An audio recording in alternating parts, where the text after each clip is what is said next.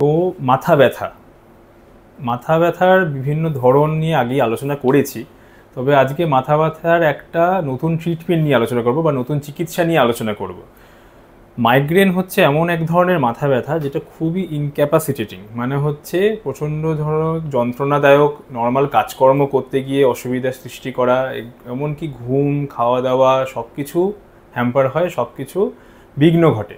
তো সেই ক্ষেত্রে এক ধরনের চিকিৎসা রয়েছে যেখানে এই মাইগ্রেন, যেটা নর্মাল ওষুধপত্রে রেসপন্স করছে না, বা আমরা যেগুলো দিয়ে থাকি কমনলি, ন্যাক্সটম দিয়ে থাকি, হেডসেট দিয়ে থাকি, যেগুলো কমন ওষুধ, সুমাট্রিপটান জাতীয়, ন্যাপ্রক্সেন জাতীয় ওষুধ, সেইগুলো কিন্তু কোনো কোনো রেসপন্সই করছে না এবং মাইগ্রেন কোনোভাবেই কমছে না। সেই ধরনের মাইগ্রেন বা রিফ্র্যাক্টরি মাইগ্রেনে এই চিকিৎসার, যেটাকে আমি এখন বলছি, যেটা আলোচনা করব এই ভিডিওতে, সেটা হচ্ছে বটক্স ইনজেকশন। সেইটার একটা বড় রোল রয়েছে। তো বটক্স ইনজেকশন হচ্ছে একটা টক্সিন, বটুলিনাম হচ্ছে এক ধরনের টক্সিন। সেটা প্রথমে যখন তৈরি হয়েছিল, বেসিক্যালি তৈরি হয়েছিল কসমেটিক পারপাসে, মানে প্লাস্টিক সার্জেন্সরা ইউজ করতো বিভিন্ন ধরনের, মানে কি বলবো, নোজ লিফটিং বা চিন লিফট করা, বিভিন্ন ধরনের সৌন্দর্য বৃদ্ধি করার জন্য মানুষের সেইটা ইনজেকশনটা ইউজ হতো। কারণ ওটা হচ্ছে মাসেল প্যারালিসিস করে দেয়, এবং কোনো জায়গায় মাসেল যদি খুব টেন্স থাকে বা কোনো মাসেল যদি একটুখানি বেঁকে থাকে বা এরকম থাকে, সেটাকে একটু সেট করা যায়। তো এইটা ছিল বটক্স ইনজেকশনের প্রথম দিকের যখন ইউজ হতো, এবং এখনও সেই পারপাসে ইউজ হয়। সেই যখন সৌন্দর্য বৃদ্ধির জন্য ইউজ করতে গিয়ে 1992 সালে দেখা গেল যে সেইটা কিন্তু আবার মাথা ব্যথাটাও কমাচ্ছে। তো মাথা ব্যথা কী করে কমাচ্ছে, সেই তখন থেকে শুরু হলো মাথা ব্যথাতে বটক্স ইনজেকশনের ইউজ করা। এবং সেইটা যখন ইউজ করা শুরু হয়, বটক্স ইনজেকশন হচ্ছে আমরা মাইগ্রেন হেডেকে 31টা জায়গায় দিয়ে থাকি, পুরো কপাল থেকে শুরু করে পেছন অবধি। তো কখন দেব এবং কি তার কাজ? তো বটক্স ইনজেকশন হচ্ছে আমরা যখন দিই, সেটা একদম চামড়ার ঠিক নিচে বিভিন্ন লেয়ারিং থাকে, বলে সাবডার্মাল লেভেলে কিছুটা কিছুটা ইন্ট্রামাসকুলার মাসেলের মধ্যে দেওয়া হয়। তো এইখানে বিভিন্ন মাসেল রয়েছে চোখের ওপরে, প্রসেরাস, করোগেটরি, বিভিন্ন নামে, ফ্রন্টালিস, টেম্পোরালিস, অক্সিপিটালিস, আবার এখানে হচ্ছে নেক মাসেল এবং ট্র্যাপিজিয়াস। তো এই এই যে মাসেলগুলো আছে, যেগুলো আমি দেখাচ্ছি, তো এই মাসেলগুলোতে কিন্তু খুব সরু একটা নিডল দিয়ে এবং 1 ml সিরিঞ্জ, মানে 1 ml এর একটা সিরিঞ্জ দিয়ে ওই কম কম ডোজে 5 ইউনিট করে কিন্তু ইনজেকশন দেওয়া যায়। তো তাতে কি লাভ হয়?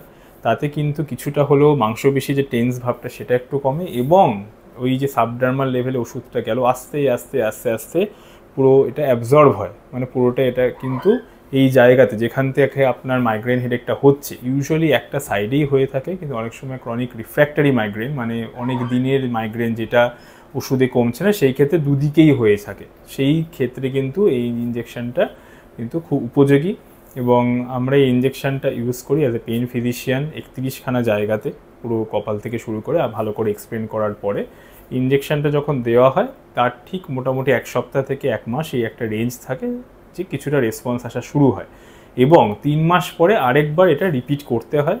রিপিট করার পরে সেই ইনজেকশনটা কিন্তু আরও লং লাস্টিং হয়, মানে ইনজেকশনটা দেওয়ার পরে যে ব্যথাটা কম হচ্ছে, সেইটা 60 থেকে 70% অবধি ব্যথাটা কম থাকে, এবং যিনি সেই ব্যথায় কষ্ট পাচ্ছিলেন, নর্মাল ঘুমানো, কাজকর্ম, খাওয়া দাওয়া এগুলো কিছু করতে পারছেন না, সেই অ্যাক্টিভিটিসে ফিরে যেতে পারেন।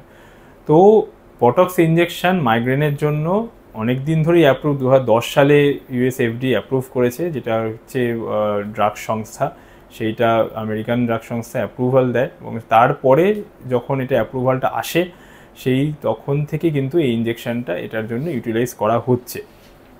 আর এই যে মাইগ্রেন ট্রিটমেন্টটা রয়েছে মাইগ্রেনের জন্য, সেটা আরও বেশি লোকজনের কাছে জানানো উচিত, যে নর্মাল ওষুধপত্র যখন কাজ করছে না, সেইখানে আর কি কি উপায়ে আমরা এই চিকিৎসাটাকে, মাইগ্রেনের চিকিৎসা করে যেতে পারি, সেইখানে কিন্তু এই চিকিৎসার অবশ্যই একটা বড় অঙ্গ হিসাবে কাজ করে।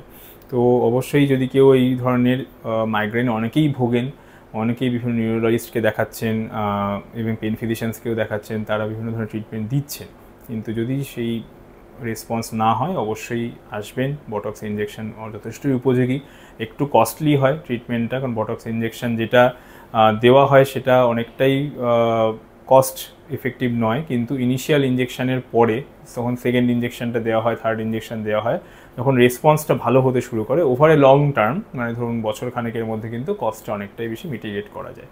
তো যদি কোনো প্রশ্ন থাকে এই বিষয়ে বটক্স ইঞ্জেকশনের ব্যাপারে জানাবেন, আর আমরা যথাসাধ্য চেষ্টা করব এই মাইগ্রেন জাতীয় যে হেডেক হচ্ছে বা অসুখটা হচ্ছে তাতে আপনাদের ক্ষেত্রে রিলিফ দিতে। নমস্কার, ভালো থাকবেন, সুস্থ থাকবেন।